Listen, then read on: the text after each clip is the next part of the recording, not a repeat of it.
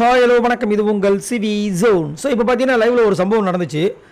Big pass வந்துட்டு துஷாரை வந்து கழுவி ஊற்றி அதுக்கப்புறம் வந்து உங்களோட பதவியை பறிக்கிறோம், நீங்கள் தலை ரூம்னு உங்களுக்கு தனியாக ஸ்பெஷலாக கவனிச்சோம் பார்த்தீங்களா, அந்த ரூமை பறிக்கிறோம், இந்த வாரம் கேப்டன்ஷிப் டாஸ்க்கு நீங்கள் கலந்துக்க முடியாது, எல்லாத்தையும் பறிக்கிறோம் சரிங்களா அப்படின்னு சொல்லிட்டு இவ்வளோ விஷயங்கள் பண்ணோன்னே என்ன பண்ணார், ஒரு ஸ்ட்ரெயிட்டாக போயிட்டு உள்ளே போய் அழுதார்.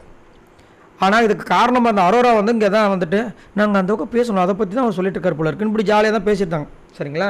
ரொம்ப ஃபீல் பண்ணார், பார்க்கும்போது நம்மளுக்கு ரொம்ப கஷ்டமாக இருந்துச்சு. சரி, இதுக்கப்புறம் வந்துட்டு அவருடைய விஷயங்கள் பயங்கரமாக இருக்கும், வெறுத்தனமாக இருக்கும். துஷார் யாருன்னு காமிக்க போகிறார் அப்படின்னு பார்த்தா காமிஸ்டாப்பில் கொஞ்ச நேரத்துலேயே திரும்ப லைவை காமிக்கிறாங்க. அங்கே குசுன்னு பேசிகிட்டு இருக்காங்க, இந்த அம்மா சைக்கிள் லாங்குவேஜ் பேசிகிட்டு இருக்காங்க. நான் என்ன சொல்ல வரேன்னா அப்படின்னு பிக் பாஸ் அங்கேருந்து அரோரா உங்கள் மைக்கை ஒழுங்காக மாட்டுங்க. பிக் பாஸ் நான் ஒழுங்காக தான் மாட்டியிருக்கேன். அவர் என்ன சொல்லுவார், அவர் இவ்வளோ தான் ஹிட்டு தான் கொடுப்பார், நீ ஒழுங்காக பேசு, சவுண்டாக பேசுங்க அப்படின்ட்டு. திரும்ப நான் ஒழுங்காக தான் மாட்டிருக்கேன்னு சொல்லிட்டு அதுக்கப்புறமா கொஞ்சோண்டு சவுண்டாக பேசுகிறாங்க. ஏன்ப்பா நடந்து கொஞ்ச நேரம் ஆகுது, பதவியை பறிச்சிட்டாங்க. ஐயோ என்ன இது ஒன்றுமே புரியல. இதை வந்து அரோராவை சொல்கிறதா இல்லை திரும்பவும் காது கொடுத்து கேட்குற இந்த துஷாரா சொல்கிறதா? ஏன் கொஞ்சம் சைலண்டாக பேசாத, இப்போ தான் எனக்கு வந்து கழுவுக்கு ஊற்றிட்டாங்க, எனக்கு அசிங்கமாக போயிடுச்சு, இனிமேல் என்கிட்ட பேச இருந்துச்சுன்னா கொஞ்சம் சவுண்டாக பேசு அப்படின்னு ஏதாவது சொல்லணுமா இல்லையா? அதை சொல்லாமல் இவரும் வந்து ஏன்னு கேட்டுருக்காரு. இவர் எப்போ முன்னேற முடியும் வாழ்க்கையில்? நல்லா யோசிச்சு பாருங்க. அவரே சொல்லிட்டார் பிக் பாஸ், இது உங்களுக்கு ரொம்ப ரொம்ப முக்கியமானது ஒன்று, இதை வச்சு நீங்கள் வந்து லைஃப்பில் பெரிய ஆளாக வரலாம், இந்த மாதிரி வாய்ப்பு யாருக்குமே கிடைச்சதில்லை, உங்களுக்கு கிடைச்சிருக்கு துஷார் அப்படின்னு சொல்லியிருக்காங்க.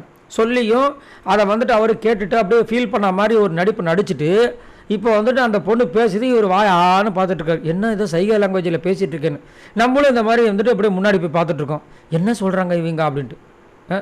எவ்வளோ காண்டு ஏற்றுறாங்க பாருங்களேன். ஆனால் இந்த மாதிரி ஒரு ஒஸ்ட்டான ஒரு கண்டஸ்டன்ஸ் நம்ம பார்த்ததே கிடையாது. எனக்கு தெரிஞ்சு கன்ஃபார்மாக வந்துட்டு ரெட் கார்டு வந்து, அதாவது ஹிஸ்ட்ரியிலே இந்த மாதிரி நடக்கல, டிசிப்ளின் இதை பற்றி சொல்லிட்டார். ஸோ அப்படின்னு இருக்கும்போது கண்டிப்பாக வந்துட்டு பிக் பாஸ் வந்து ரெட் கார்டு அப்படின்ற ஒரு விஷயத்தை வந்து கொடுக்க போகிறாரோ அப்படின்ற மாதிரி தோணுது. ஏன்னா இந்த மாதிரி வந்து இது வரைக்கும் யார்கிட்டையும் சொன்னதே கிடையாது பிக் பாஸ்.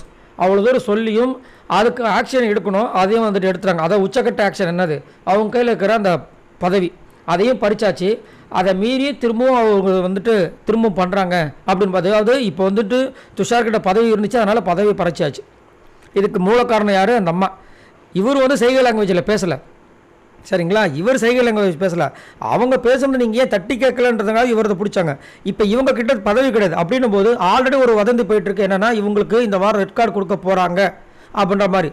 ஸோ இந்த மாதிரி விஷயங்கள் திரும்ப தொடர்ந்து நடக்கும்போது நான் இவ்வளோ தூரம் சொல்லியும் திரும்பவும் நீங்கள் பண்ணுறீங்களே. ஏன்னா இப்போ கொஞ்ச நேரத்துக்கு முன்னாடி அவங்க பண்ண உடனே பிக் பாஸ் சொன்னார் உங்கள் மைக்கை ஒழுங்காக மாட்டுங்கன்னு. ஸோ இவங்களுக்கு கண்டிப்பாக ரெட் கார்டு கொடுக்க போகிறாங்களோ அப்படின்ற மாதிரி தோணிட்டு இருக்கு. கண்டிப்பாக அரோராவுக்கு ரெட் கார்டு வரதுக்கு வாய்ப்பு எக்கச்சக்கமாக இருக்குது. ஏன்னா டிசிப்ளின் அப்படின்ற விஷயங்கள் வந்து அந்த வார்த்தை வந்து ரொம்ப பெரிய வார்த்தை. சுத்தமாக இருக்கிறது மட்டும் டிசிப்ளின் கிடையாது, பேசுகிற பேச்சிலேருந்து வார்த்தைகள்லேருந்து எல்லாமே. இந்த ஷோ வந்து இத்தனை பேர் பார்க்குறாங்க, கவனிக்கிறாங்க, சின்ன பசங்கள்லேருந்து பெரியவங்க வரைக்கும். இவங்க பேசுகிற வார்த்தைகள் எல்லாமே வந்து இவங்களுடைய ஃப்ரெண்டு ரியா அவங்களே சொல்லிட்டாங்க, நான் எவ்வளோ சொல்லிட்டேன், உள்ளே போகும்போது அந்த மாதிரி அவள் பண்ணவே இல்லை, அவள் என்கிட்ட சொல்லிட்டு போனால் நான் ஜெனியூனாக உள்ளே வந்து நான் இருக்க போகிறேன் அப்படின்னு தான் சொல்லிட்டு போனான், அந்த பேரை நான் மாற்ற போகிறேன்னு சொல்லிட்டு போனான், ஆனால் இவள் இப்படி பண்ணுறது எனக்கு ஷாக்கிங்காக இருக்குது அப்படின்ற மாதிரி சொல்லியிருக்காங்க. அப்படின்னும் போது ஒரு சக ஃப்ரெண்டு, அதாவது தோழி, நெருங்கிய தோழி, அவங்களுக்கே அப்படி இருக்கும், இரிட்டேட்டாக இருக்கும்போது நம்மளுக்குலாம் எவ்வளோ காண்டாக இருக்கும். ஸோ எனக்கு தெரிஞ்சு இந்த வாரம் கண்டிப்பாக வந்துட்டு இவங்களுக்கு ரெட் கார்டு கொடுக்க போகிறாங்களோ அப்படின்ற மாதிரி தோணுது. உங்களுக்கு என்ன தோணுது, இவங்களுக்கு ரெட் கார்டு கொடுக்கப்பட வேண்டுமா இல்லை ஒரு வார்னிங் எல்லோ கார்டாவது கண்டிப்பாக கொடுக்கணும்னு நினைக்கிறீங்களா? மறக்காம கமெண்ட்ஸ் பண்ணுங்கள். பாய் நண்பர்கள்.